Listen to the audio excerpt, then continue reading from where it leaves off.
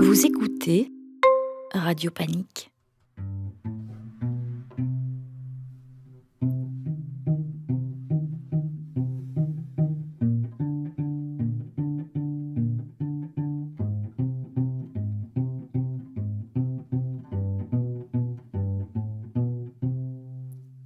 Je me suis réveillée coincée sous un taureau, perché sur ma poitrine au moins 800 kilos.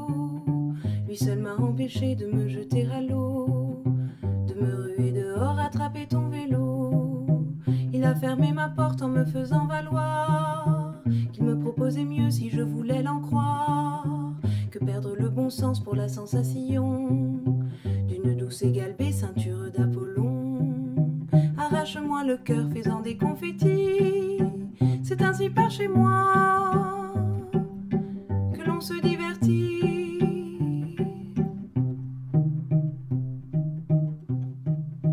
Avec ce compagnon nous avons tant joué, pour abord à chercher le mur le plus discret, pour que tous mes voisins ne soient pas dérangés par les bruits de coups sourds de mon crâne troublé. Un autre amusement silencieux et sale, au creux d'un oreiller m'a fait hurler ma rage, et griffer mon thorax pour extraire les pleurs, et le sang qui trop peu soulageait ma douleur. Arrache-moi le cœur, que ferais-je sinon de mes soirées d'hiver en ma froide maison?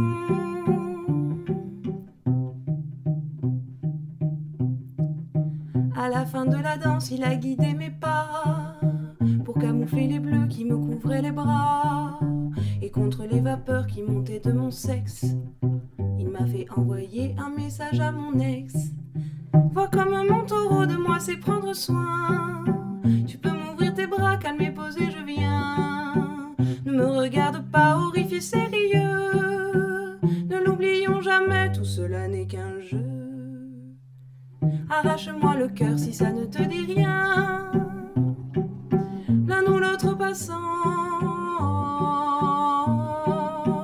s'en chargera très bien. Et vous êtes bien sur le 105.4 FM de Radio Panique. Le taureau Mathilde de Montpérou. Salut, c'est Baude et aujourd'hui je reçois une invitée de Marquise, sans faire de jeu de mots. Bonjour Marquise de Montpérou. Bonjour mon petit Baudouin. On n'a pas vraiment l'habitude de m'appeler comme ça, mais je vais vous laisser m'appeler Baudouin. Vous n'avez pas le choix de toute façon. De toute façon. Ce soir, vous serez en spectacle. Une ouverture des portes à 20h, et puis un théâtre musical qui débutera à 20h45. Je vous donne les infos plus que pratiques. Ça se passe au Jardin de ma sœur, rue du Grand Hospice 54, au centre-ville de Bruxelles. Donc tu t'arrêtes ou à Sainte-Catherine ou à De Broekère. Donc de toute façon, c'est la même distance. Tu y arriveras. Alors, la tournée de l'Odyssée de la Marquise. Parce que si vous décidez de voir la diva de la Marquise, je ne bouge pas, je te donne aussi les dates.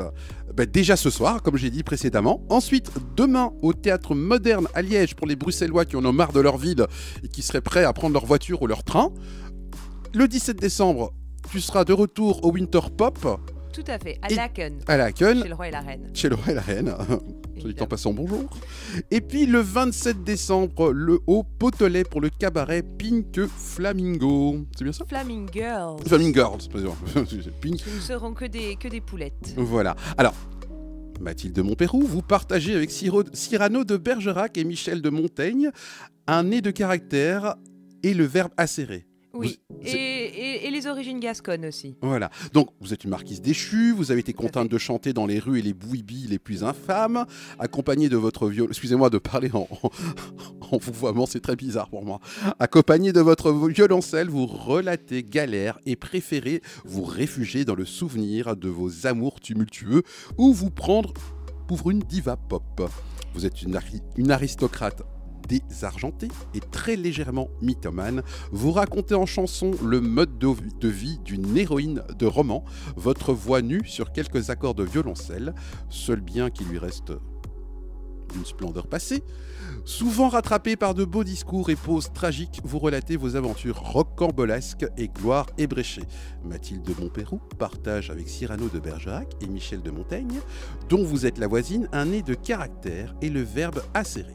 Marquise déchue, vous êtes contrainte de chanter dans les rues et les bubus les plus infâmes oscillant entre heures de gloire et jets de tomates.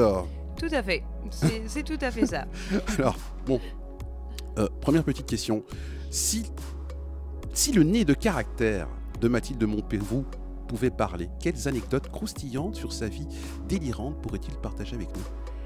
Alors, eh bien, si vous me demandez de spoiler très fort, parce que si on veut avoir les anecdotes de la vie croustillante de la marquise, il faut évidemment venir voir ses spectacles ou entendre ses chroniques. Eh oui. Alors, choisissons comme ça au hasard une anecdote.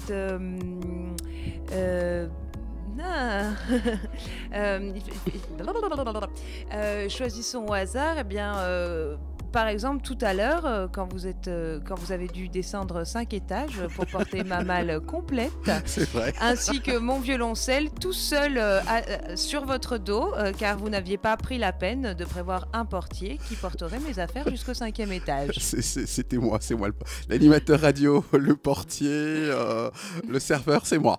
Voilà, c'est ça, c'est vous qui faites tout, mon petit Baudouin. Voilà, c'est un exemple des aléas très compliqués quand on a un standing d'aristocrate de l'Ancien Régime et qu'on vit dans le monde moderne. Alors, imaginons un duel verbal entre Cyrano de Bergerac, Michel de Montaigne et la marquise déchue dans un boui-boui infâme. Qui remporterait la joute verbale et quels seraient les sujets débats hilarants? Alors déjà, vraiment, je ne vais pas faire pas de fausse modestie, ni de trop grande... de trop grand orgueil. Voilà, je viens de vous en faire la preuve, ce serait tout à fait Michel de Montaigne et Cyrano qui gagneraient. À part peut-être si on part sur le sujet du féminisme, je pense que là je les bats à plat de couture évidemment. Mais voilà, j'appellerais à mon secours par exemple Madame de Sévigné ou Christine de Pisan, même si elle est un peu plus âgée que Michel de Montaigne, et puis oui, elle viendrait m'aider. Et alors probablement par contre que on gagnerait je gagnerais au concours pour ce qui est de lever le coude, parce que nous avons tous du sang gascon, mais moi en plus ça fait 10 ans que je vis en Belgique, donc je tiens beaucoup mieux l'alcool. Voilà, probablement que les sujets tourneraient autour de la bagarre, les grandes amours, les amours tumultueuses, probablement une grande part de sexe là-dedans, et puis des sujets aussi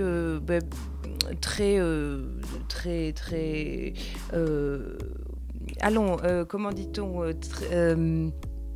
très prosaïque, sur la nourriture, les problèmes de digestion, des sujets probablement très prosaïques, parce que les auteurs de la Renaissance, comme ce cher Montaigne, ne rechignaient pas aux choses du corps. Et puis probablement toujours des aventures plus lointaines, que ce soit dans la Lune, en Belgique ou en Australie. Alors, en tant que marquise déchue, oui. Comment vous gérez les jets de tomates pendant vos performances dans les rues et les boui-boui? Est-ce que vous les considérez comme des trophées? Bien sûr. Ou des critiques gastronomiques médiévales? Mais tout à fait, des critiques gastronomiques. Après, je me sers des tomates pour en faire de délicieux coulis que je conserve pour les longues soirées d'hiver. Si le violoncelle de Madame de Montpérou pouvait parler, quelle mélodie nostalgique et excentrique aurait-il à partager sur les hauts et les bas de la vie de la marquise? Déjà, vous l'avez entendu dans la chanson d'introduction, hein, il aime partager toujours des histoires d'amour absolument passionnées, parce que sans passion et sans exagération, l'amour n'a aucun intérêt, évidemment. Et puis, donc vous avez dit histoire comique et mélancolique, c'est ça? Quelles histoires partagerait-il? C'est ça. Alors, eh bien, comme vous l'entendrez dans le spectacle que vous viendrez voir ce soir ou demain au Moderne à Liège, il raconte des histoires sur les appartements dans les quartiers malfamés de Liège, sur les petites voitures de 30 ans d'âge qu'on a en général comme première voiture pour commencer sa vie d'aventure. Également sur les malheurs avec cette sale engeance qu'on appelle les guitaristes. Et aussi les mésaventures avec les Argentins. Les Argentins sont une nationalité dont il faut énormément se méfier. Pourquoi? Vous le verrez dans le spectacle ce soir. D'accord. Mais de toute façon, de manière générale, tous les Sud-Américains sont de vils séducteurs. Il faut faire très attention. Et Sud-Américaines, évidemment. Qu'on soit bien d'accord. Ce n'est pas du racisme, c'est un trait culturel. Ce n'est pas la même chose. Non, on est bien. Il y a une petite nuance. Petite nuance. En tant que voisine de Michel de Montaigne, est-ce que la marquise, est-ce que vous avez déjà essayé de lui emprunter du sel avec une chanson romantique en prime? Oui, tout à fait, et pas seulement du sel. À chaque fois c'est-à-dire que c'était un charmant garçon. Et effectivement, à chaque fois que j'avais l'occasion, que j'avais le prétexte, je lui écrivais une chanson pour tenter de le séduire. Alors, sous le prétexte de venir lui chercher du sel, un peu de gras de cochon ou quelques grappes de raisin dans une de ses vignes. Donc tout ça n'était que prétexte pour tenter de le séduire, mais il n'a jamais cédé. Oh, quel dommage, je ne sais pas ce qu'il rate. Ouais. Alors, si vous décidiez de vous lancer dans une carrière de diva pop, quel serait votre nom de scène déjanté et votre premier tube à succès? Alors, il faudrait que je me trouve un nom anglais, un nom anglophone, je pense, pour réussir dans aller angliciser de Montpérou. Alors, ce serait Mont, ce serait le prénom, Mont, et Peyrux, mais alors les mêmes lettres, P-U-Y-R-O-X, mais prononcées à l'anglais. Mont Peyrux. Mont Peyrux.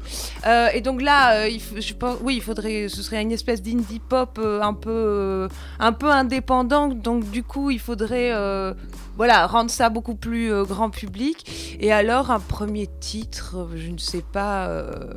Mon premier tube en français, ça a été Bénédicte, la petite voiture bénite. Donc, en anglais, Bless Benedict. Voilà, Bless Benedict, ce serait mon premier tube pop anglais. Ok, merci Marquise de Montpérou.